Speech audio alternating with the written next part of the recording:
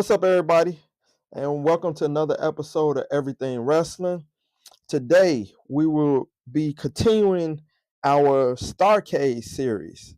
Now, this time around, we will be hitting the 1990s, which definitely you've seen a turn in the Starrcade genre because, again, the 80s was the NWA where basically it was all NWA.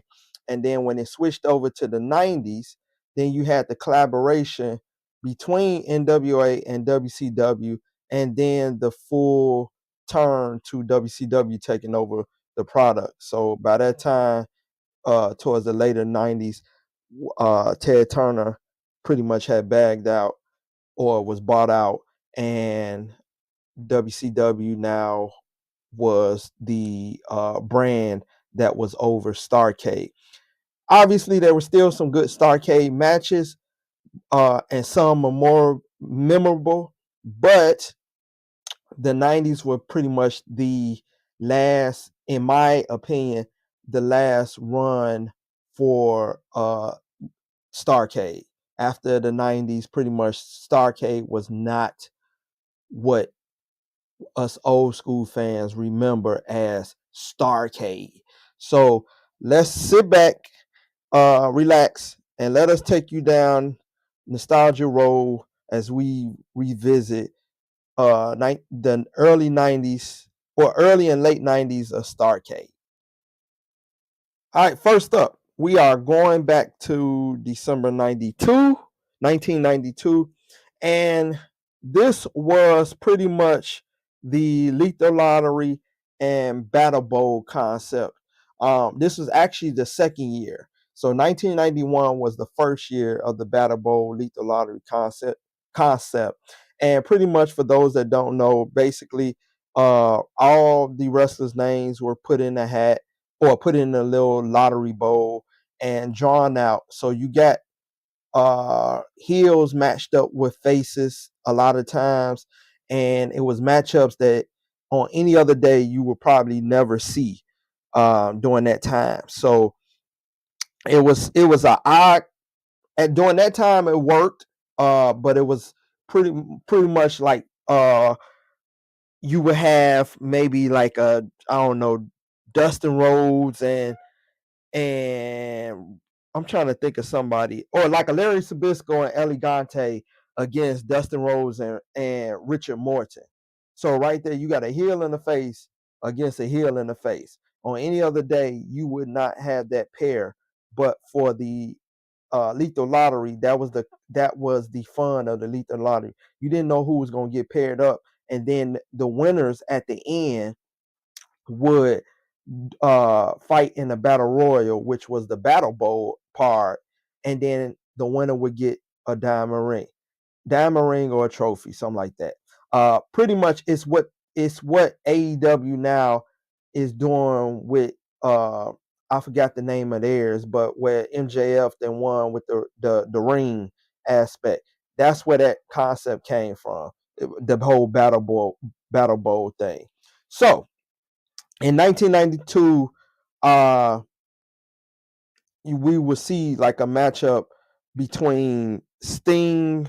I think on his team it was Sting and let me try to remember. Sting and Dr. Death. That's who it was. Sting and Dr. Death against Jushin Thunder Liger and Eric Watts. So that was definitely a combination you wouldn't see.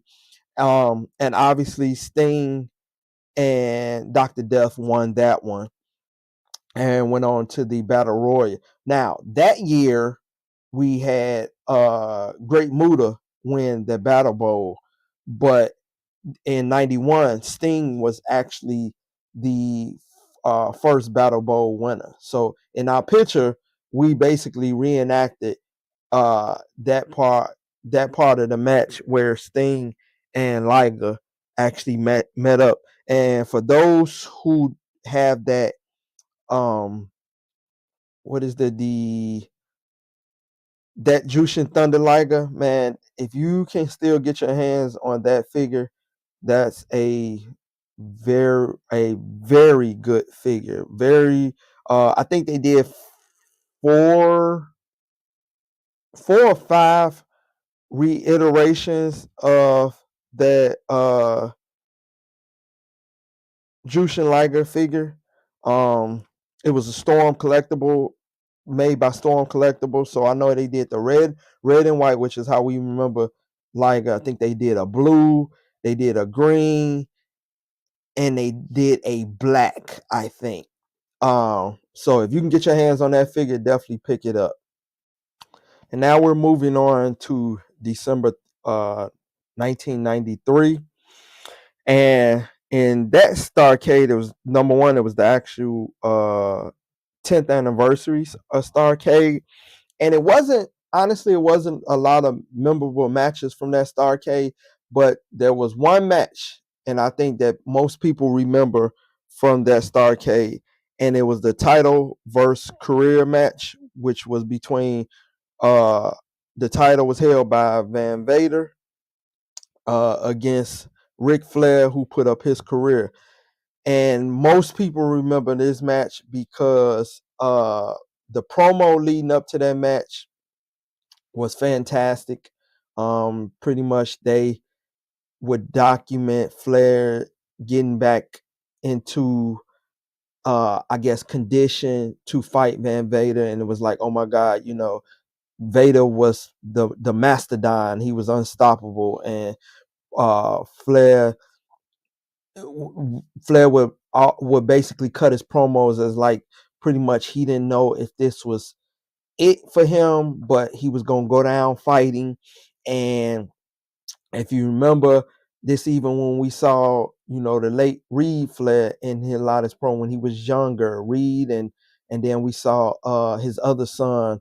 I can't think of his name, but he was, in WCW, and we even saw a young Charlotte in a lot of his in his couple of his promos, and very good promos. If you can find those little clips from those good promos leading up, and this was definitely a good match. Now, the ending, I don't know, the ending was kind of lame, but considering who was happening, I mean, you had to, obviously, you can't have the Mastodon submit to a figure four, so I think it ended the best way it could, but definitely was the best match out of Starrcade 93. And as you can see, that's the one that we chose to recreate. So we're at the point, we recreated the part where Ric Flair is basically going for a figure four on Vader.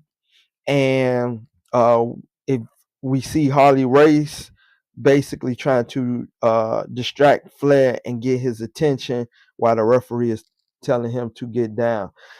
If you had a chance to grab that Legends Vader, that has to be one of the best Vaders they have made.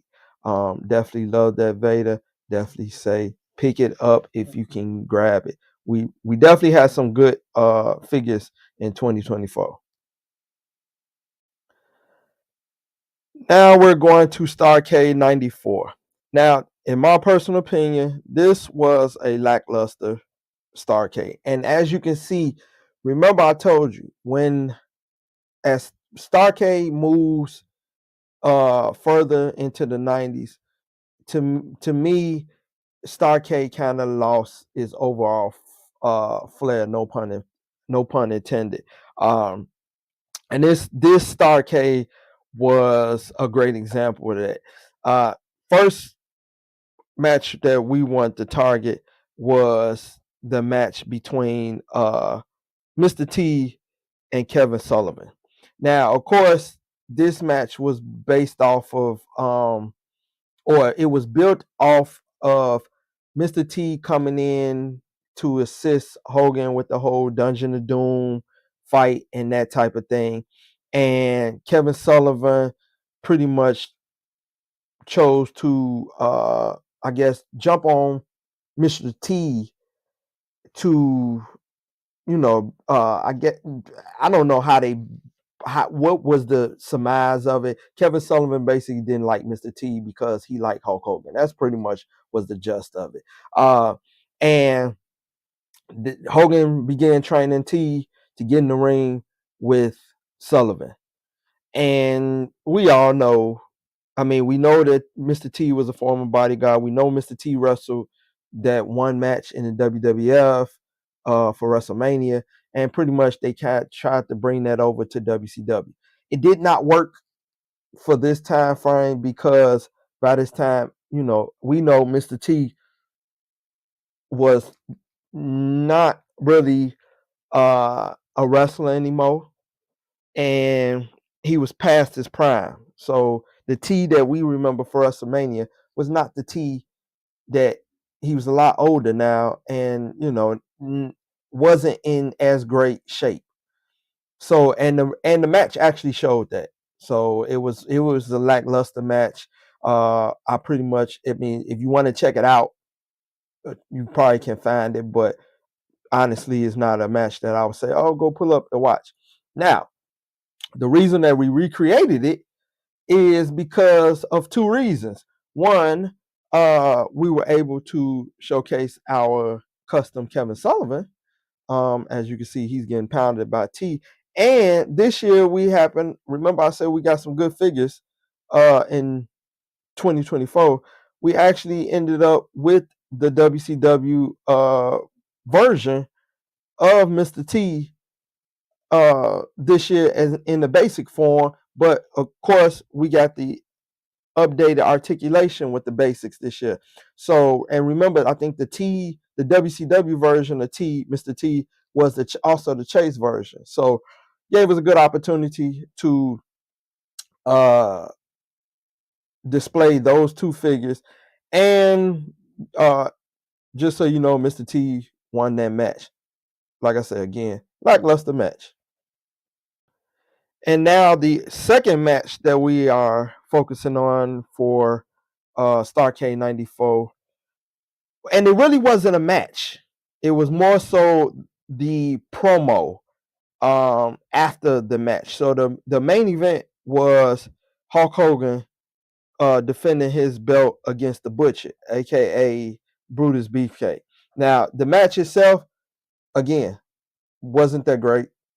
Typical Hogan Brutus match. Yeah, it was nothing to be sight of and that type of thing. And of course Hogan won. This was during the time when Hogan was again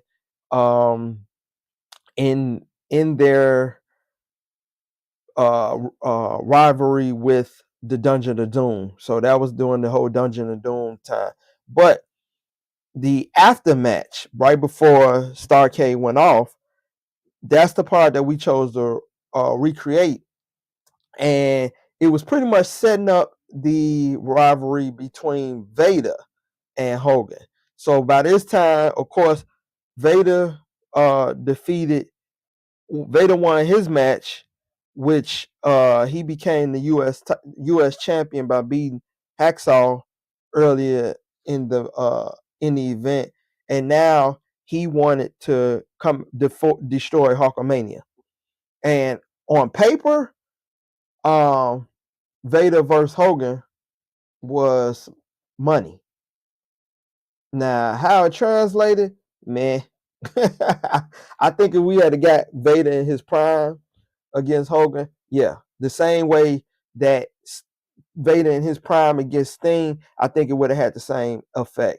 But of course, Vader was not in his prime by that time, so it kind of translated black. But for the sake of the event, the promo at the end when Vader approached Hogan in the locker room and he basically called out Hogan and told him that he wanted his shot at the WCW title, and he know Hogan is scared of him, and basically, Vader cut his typical promo. So in the picture, we chose to reduplicate that moment. As you can see, we got our Vader, legend. That's actually the Legends Vader, and Harley Race, and then we got Hogan, the UE Hogan, which again, that UE Hogan makes a good WCW Hogan. So if you was able to get that early UE Hogan, definitely makes a good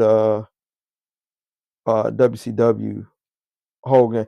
And then to the right of him, you got Nasty Boy Sags, who was actually in the locker room with him in the actual promo.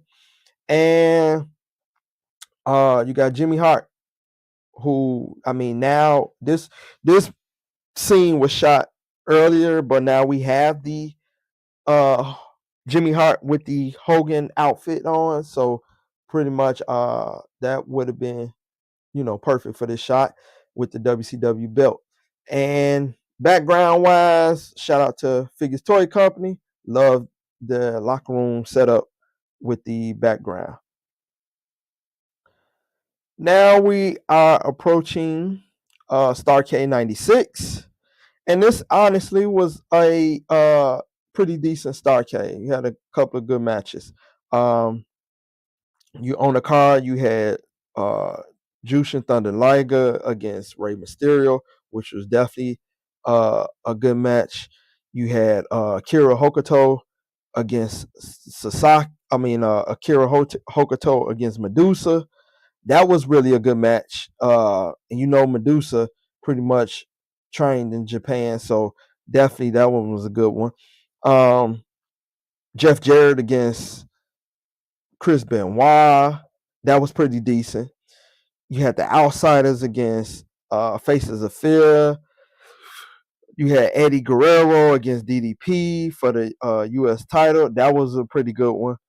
Luger against the Giant, and then we will talk about our main event later. So in this photo, what we decided to recreate was it was the first match of the night, which was the Ultimo Dragon against Dean Malenko for the J Crown Cruiserweight and J Crown and WCW Cruiserweight title. And that was a good match that kicked off the event. So if you can go back and check that match out, definitely good. Everybody knows that Dean, great technical wrestler, man of 1,000 holes, and Ultimo Dragon, we know can go with the best of them. So when you put those two in the ring, you got a great cruiserweight matchup. So I definitely would tell you, if you can pull that matchup and go check that one out, definitely would go and take a look at that one. So in the picture, we got the boss fight, Ultimo Dragon, which I think is a great figure. I never thought we would have an Ultimo Dragon figure, and considering it's a kind of a basic figure, so it's not an elite figure, but it has almost the articulation of an elite figure. It was very well done. If you can grab that Ultimo Dragon or still find it, I would definitely say add it to your collection. It was a very good figure. And then of course we got the old Elite Dean Malenko figure in the picture. And yeah, so definitely a good match. Go check it out. And our main event for Starrcade 96 was Roddy Piper against Hulk Hogan. So shout out to Bud Lightyear for recreating this scene. And as you know, Piper and Hogan has had many battles going all the way back to the WWF. So of course they brought that same energy over to WCW. Did it translate well? Man. But in this match, this was Piper's justification, because this was the first time, I think, period, that Piper beat Hogan clean, because he basically beat him with the sleeper hold. So he this was the first time that Piper could claim a clean win over Hogan. And for the past umpteen years that Piper fought Hogan or talked about Hogan, Piper never could, or Piper was never allowed to get a clean win over Hogan. And that was always his thing. He knew he could beat Hogan. He knew he could beat Hogan. So it was a decent match. I mean, we know Piper style, we know Hogan style, so we're not looking for a technical thing. But in terms of height, in terms of the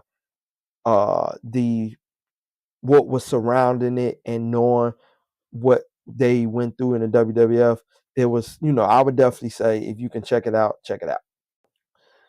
And now we are visiting our final Starrcade, which was 97. And I think this Starrcade had the potential to be one of the biggest Starrcades in the, I guess, later generation of Starrcade. But it didn't hit the mark. And there was a couple of reasons why.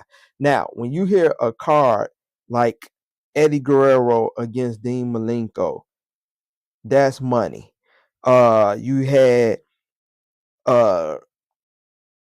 let's see, Goldberg against McMichael, blah. Saturn against Chris Benoit, that's money. Because if we know Saturn, take out all the little dumb gimmicks that he does, Saturn can go, Chris Benoit can go. You had NWO Randy Savage and Scott Norton against and Vincent against the Ray Trailer, aka Boss Man, and the Steiner brothers. That was a good match. We know Vincent, mediocre, but Scott Norton and Macho Man, yeah, against the Steiners, good match. You had Buff against Luger, good match. It was a decent match. DDP against Kurt Hennig for the US belt, definitely good match. We know DDP can hold his own, and obviously we know Kurt Hennig can hold his own. And then we had Larry Sabisco against Bischoff. Now, we already know Bischoff and the way Bischoff was, it was pretty, what can I say? The hype more so was the thing behind that. What was what built that up, because Sabisco had been going against, or had been into it with Bischoff for the longest. And we know Bischoff had his whole karate background. Obviously, Sabisco had a karate background. So pretty much the hype surrounded by it is what sold that match. The match itself, bleh, but again, what was surrounding it was pretty good. Now, the part that we chose to cover is the main event. And actually, this wasn't the last Starrcade that we covered. 98 was the last one. But back to what I was saying. The main event, which had the potential to be the best. And I don't know, it just dropped the ball for me. Now, when you look back on it now, you can see the holes in it. During that time, we young or whatever. Yes, it was up there. But now you look at it and you be like, it could have been done a little differently. And for those that didn't see the match, I mean, Sting Hogan on paper, that's money. That was what we always wanted. That was, in the past, you had WCW, the man who carried WCW, against the man who carried WWF. And that just on paper, that was money. Even the build up, you had Sting, who was just bent on destroying Hogan, and he was popping up, the Sting promos, and the man who had finally opened his mouth, and he was always in the rafters. I mean, everything that led the build up to it was excellent. If you know the NWO and the Sting storyline, it was great. great build up to the promo. I just don't think the execution was there. Even like the ending, all the way down to where they tried to screw Hogan, basically tried to screw Sting out the match, and Bret Hart came in and said no, wasn't happening. Restart the match, and Sting ended up beating Hogan. So I mean that part, I think the ending could have been done differently. But overall, like I said, knowing what went into that match, knowing what build up went into that match, I would definitely tell you to check it out, because again, that's one of the main events that we as uh kids, when you think of nostalgia, that basically everybody remembers Sting versus Hogan, and Sting finally defeating Hollywood Hogan.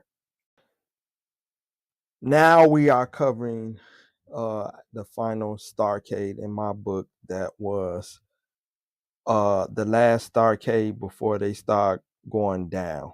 Um this Starrcade was decent, but you definitely could see like they were on the way going down in terms of the event, because basically on the card you had Kidman against Rey Mysterio and Juventud. That was definitely a good cruiserweight matchup. Um, you had Norman Smiley against Prince Ikea. Eh, that was okay. Perry Saturn against the Cat, Ernest Miller. That was okay. You had Chronic. I'm sorry, not Chronic. Brian Adams, aka Crush, for those that don't know. Brian Adams and Scott Norton, which was the NWO, against Finley and Jerry Lynn. Eh, I mean not Jerry Lynn, Jerry Flynn. That was meh. You had Conan against Chris Jericho for the TV title. That was meh. So as you can see, like this was steady kind of going down. It was like it pretty much had ran its course by this time. Bischoff against Flair, the match itself was okay, but the promos and stuff leading up to this, because Ric Flair legitimately hated Bischoff guts, this was excellent. And just seeing what went into it, and like I said, because that Flair legitimately did not like Bischoff, added something special to that match. So that was one of them I would definitely say check out. DDP versus Giant was okay. Wasn't the best, but it wasn't also the worst. Now the main event, which is what we're targeting, uh, was Kevin Nash against Goldberg for the WCW title, no disqualification. Shout out to Bud Lightyear for doing this picture. And as you can see, if you know the story behind it, Goldberg's streak, Goldberg had been, I don't know, he was at 100 and something to 0, and Kevin Nash gave his as Kevin Nash said in the interview, he used his creative control basically and decided that it was time to end his streak, because Goldberg was basically running the gambit. Nobody could beat him, and it had to be somebody who was believable that could beat him. So he chose himself. Take that for what it was, but basically Kevin Nash uh, decided that he should be the one to end Goldberg's streak, and pretty much with the help of Scott Hall, he came in there with a cattle prod, and the cattle prod, if you watch the video, Scott Hall couldn't even figure out how to get the cattle prod on, and then pretty much you can hear them kind of almost uh put the sound into it. Like you could tell it was real, it was janky. I ain't gonna lie. It, it was janky. But definitely I would say go back and see it just for history reasons. But yeah. that was the match, and of course Kevin Nash won the belt. But that match, the ending was pretty much the sign of the times for WCW and the direction that they would go after that. And pretty much that was the last Starrcade that I feel was worth mentioning. All right, y'all. So hopefully you have enjoyed this flashback, gotten some laughs, went down nostalgia road. Uh, and definitely when you get a chance, check out some of our other stuff. We got Saturday Night Main Event, Monday Night Wars, Halloween Havoc, a lot of the big pay-per-view events that you remember that were staples of a lot of our childhoods. Definitely go check them out. If you haven't subscribed to the channel, please subscribe so you stay abreast of any new stuff that we going out. And if you're into figure photography, feel free to swing over there and check out some of our figure photography that we have been putting out quite a bit to take you guys out and take you back down those like memorable lanes, but also to show you how to create your scenes, what ways you can do it and cheap ways to do it with doing just using things that you can easily find in your house. So you don't have to be a professional, you don't have to be this great artist. We take you through tutorials to show you how to pull off great scenes, just having basic tools. So with all that said, thank you for hanging out with me. Hopefully you come back. And until next time, you all stay blessed and stay safe out there.